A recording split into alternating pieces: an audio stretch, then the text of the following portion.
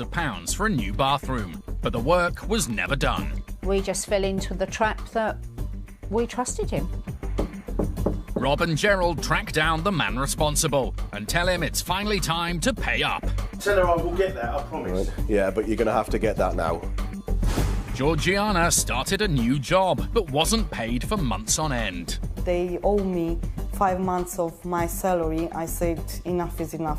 It's down to Billy to get what she's owed. If you pay that now, that's as high as it's going to go, and that's going to be the matter resolved. And when they visit a shop with a debt, everyone's counting on the sheriffs. I got 555. Yeah, and here I got 510.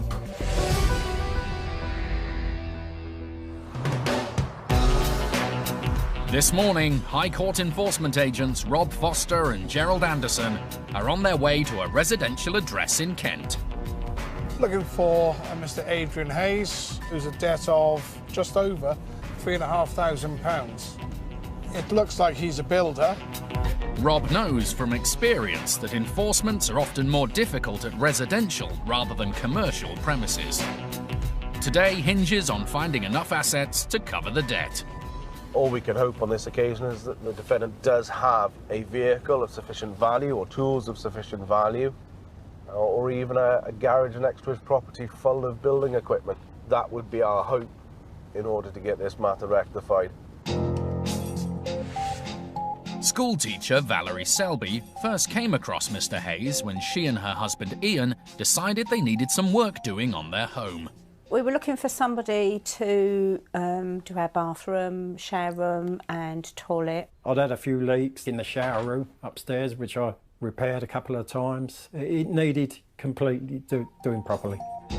Ian and Valerie decided to get someone in to start the work as quickly as possible. Timescale, we wanted it done, this was October, we wanted it done by Christmas. A family friend had just had a new bathroom fitted, and Ian and Valerie were impressed when they saw photos of the work. They contacted the fitter, a Mr. Adrian Hayes, and he came round to quote for the job. Total price £8,145. It sounded fair enough to me, bearing in mind he was recommended by a family friend and we'd seen his work. It all seemed a good deal, you know. He was a really friendly person, and seemed trustworthy. I contacted him again for him to come round, and we'll give him a deposit as long as he could guarantee to us that he could do the job by Christmas. Mr. Hayes told the Selbys if they wanted the work doing quickly, he'd need 7 of the £8,000 paid up front. Both me and my husband thought it was quite excessive what he'd asked us for, but I think because our friend had been really happy with the work that he'd done, we were sort of swayed to go with him. They took out a bank loan to cover the cost of the job and paid Mr. Hayes the £7,000 he'd asked for. They expected work to start promptly, but it didn't. For weeks and weeks we didn't hear anything. We was contacting him via email, via text, via phone call. This just went on and on. Sometimes he'd answer the phone, sometimes he wouldn't. It was always one excuse after another. I've got too much work on at the moment. I can't start it yet. When can you start it? When I know, you'll know. They were the sort of answers we were getting. The Christmas deadline came and went. We were really disappointed that we weren't going to have our new bathrooms. But we didn't really know what to do or where to go. We was lost. Then they received a recorded delivery letter from Mr. Hayes. About February, he sent us a letter apologising for the hold-up, making lots of excuses, saying that he had other work on. By this stage, the Selbys had almost given up on Mr. Hayes. But what happened next came as a complete surprise. One day a lorry turned up outside with a pallet load of bathroom goods. When it arrived, I thought to myself, oh, well, at least we're starting to get somewhere. But any hopes were quickly dashed. Mr. Hayes wrote again, this time saying he was considering closing down his business. It was the final straw. Somebody takes your money and then gives you nothing in return.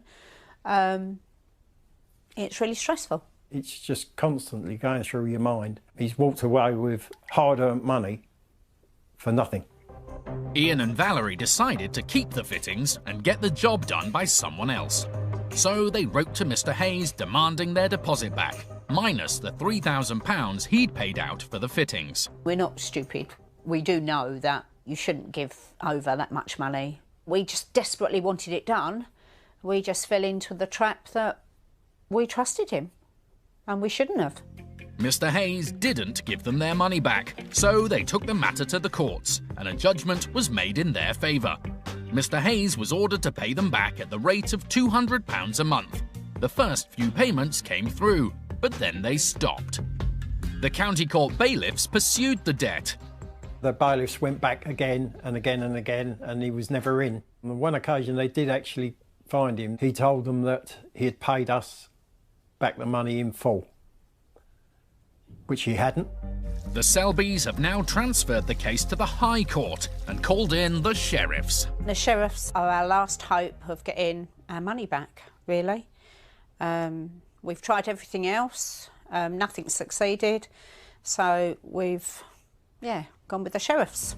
The amount owed today, including fees, is £3,638. Rob and Gerald are about to pay Adrian Hayes a visit. By now, he's had the Selbys' deposit for more than 2 years, and Gerald is determined to get their money back. I do feel for them like this. I will be going all out today to see if I can rectify this for the claimant. The difficulty is going to be finding assets of sufficient value that Mr. Hayes doesn't want to lose. As they approach, Gerald spots a van parked outside the debtor's home. There is an asset on the drive. There's a van on the drive. 04 plate, probably only worth in the hundreds, not the thousands. Removing the van won't come close to clearing the debt. The sheriffs are expecting this to be a difficult enforcement. Hello. Hello, sir. Is it Mr. Adrian Hayes? Speaking. Hello, Mr. Hayes. My name's Mr. Ransom. Gerald explains that they're here to collect the money owed to Mr. and Mrs. Selby. That's been paid, Selby. This has been going on and on for weeks. Gerald has no record of the debt being paid and will need to see evidence. You prove to me it's been paid and I'll walk away from here, but at the moment, as far as we're concerned, you've got a debt of £3,638.92. That's been paid. Mr. Hayes disappears inside to find the proof the sheriffs need. Because it's a residential address, the sheriffs can't force entry, but they can enter peaceably if there's a door left open. Just bear with me 2 seconds. Yep, no problem at all. Mr. Hayes goes to his office, which is in the back garden, in search of paperwork. Rob and Gerald take the opportunity to size up any assets. I can see toolboxes. Do you want me to go and have a look? Yeah, you crack on. Yeah, I'll go and have a look. I'll wait here. Yeah, noise. Rob goes to join Mr. Hayes in his office. We have gained peaceful entry. He's gone down the back garden there to look at some types of paperwork. He's got a shed at the back garden which seems to be an office of some kind. Rob has gone down there now and gained entry into there as well. Mr. Hayes tells Rob he gave the money to a financial advisor called John and instructed him to contact the county court and settle the debt. Rob calls the court to check out his story. I've got a warrant number here. The court confirms it has received 2 cheques. One of them, worth £1,500, has cleared, but the other has bounced. Ah, right, OK. Which means Mr. Hayes still owes Mr. and Mrs. Selby more than £2,000.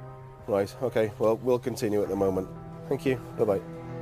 But Mr. Hayes doesn't want to give the sheriffs any money at all. He says he's already given the money to John, so the debt should have been cleared. I've already paid it. I'm asking these sheriffs if they can they go away and I'll go and sort this John out. But the sheriffs aren't going anywhere. If need be, they'll start removing what assets there are, and that includes the van parked outside. I've taken now the van key off the bunch of keys. I'll keep hold of that for safekeeping just in case I've got to remove this vehicle. Back inside, Rob's on the phone to Mrs. Selby, letting her know that some of the money she's owed has been paid to the county court. She'll be getting that money in the next few days. I have spoken to the county court and they've confirmed there is a £1,500 cleared payment due to come out. I'm happy it's there. The county court have confirmed as such, so I'm happy with that, as long as you're happy with that. Please, Mrs. Selby, I paid this in April. Right, I can't hear what the claimant's saying. Sorry. If you're shouting, all right? Mrs. Selby says she's happy to deduct £1,500 from the amount on the writ. But she still wants the rest of the money she's owed, a total of more than £2,000. Yeah, I think the remainder of it is the cheque that didn't clear. It's the one that Yeah, bounced. I'll get that. I'll tell her I will get that, I promise. Right. Yeah, but you're going to have to get that now. The penny is finally starting to drop. It doesn't matter how many times he blames his financial advisor, John.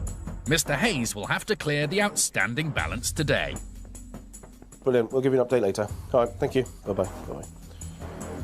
Gerald does the maths and tells Mr. Hayes exactly how much he needs to find. We're enforcing today for £3,638.92 at enforcement stage 1. I'm happy enough to deduct £1,500 off that because we know it's sat there waiting, and enforce for you for £2,138.92. If you can make payment of that in the next 15-20 minutes, we're finished. If not, that'll then go up to the next stage and then the next stage. That needs to be sorted out now, as the claimant has said. If not, they're happy that they want to enforce, because it's been long enough given. I've got no choice, otherwise you're going to take stuff. I'm going to pay this £2,100 now. I'll pay it now. Yeah. I'm going to have to pay it, ain't I? And I'll go get my money off him. We'll go and get his card machine and we'll just get it paid. It looks like they're about to get payment in full, a total of £2,138. He now does realise he has got to sort it. After much persuasion, he's now decided to make payment in full by debit card. So I'm just about to go in now with my PDQ and receive it. Mr. Hayes is still blaming his financial advisor, John, for not clearing the debt. He says he's not going to let him get away with it. I'm not happy. I'm not happy at all. I'll go and see him now. He's going to have to give me this money. Otherwise it's going to be a murder in Welling. Unfortunately, we have to take comments like that seriously. Can I just confirm that you are joking? I am joking. Right, okay, that's fine. Just need to confirm. Mr. Hayes' grievance with his financial advisor is no concern of the sheriff's. Their job is to execute the writ and get Mr. and Mrs. Selby the money they're owed. If you put your PIN number in and then the green button, please. Okay, that's gone through, Rob. Once he's paid up, Mr. Hayes tells us he's had a change of career, which explains why he's so keen not to lose his van. I did kitchens and bathrooms and I pulled away from it. And I owed people money, you know, it just got into trouble and I've dealt with it now. But, well, I thought I'd dealt with it all. I'm a courier now. I deliver parcels. All right, Mr. Hayes, thank you very much. Cheers, Mr. Hayes, thanks now. Ta-da. As for Mr. Hayes, he appears regretful and says he took out a loan and paid it to his financial advisor with the intention of clearing his debts. I'm not a crook, I don't want to rob people, so I wanted to give them their money back. So we got advised to go and see this guy, and he sorted out a bridging loan to handle my affairs, which he obviously hasn't done. I'll do what I have to do, John. I'll deal with John. It's been a complex case, but the sheriffs have secured the outstanding balance. All in all, this seems to be a dead case, asset-wise. Payment in full. Very good. Ian and Valerie Selby will now finally get the money they've been owed for more than 2 years. I couldn't believe it. I couldn't believe that we'd got the money. What a relief for it finally to be over. They did a marvellous job. Really pleased with the sheriffs. Yeah, Well worth the money that we paid out. absolutely. Using the county courts to try and recover money you're owed isn't difficult. 1.5 million money claims are paid every year in England and Wales, involving anything from faulty goods or poor workmanship to unpaid invoices. Claims can be filed online or by post for a small fee.